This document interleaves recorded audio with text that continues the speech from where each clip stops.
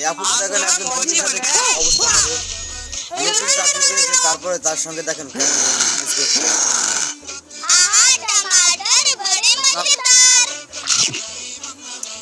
দেখেছেন ফৌজিকে কিন্তু কেমন ভাবে বিরক্ত করছে। অনেকেই একসঙ্গে অনেকেই বিরক্ত করছে সেই ফৌজিকে।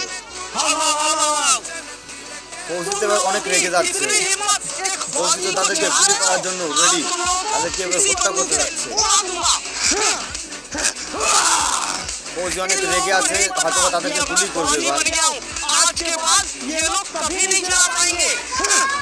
দেখছেন ফৌজি সবাইকে গুলি করছে, তাকে বিরক্ত করছে জন্য।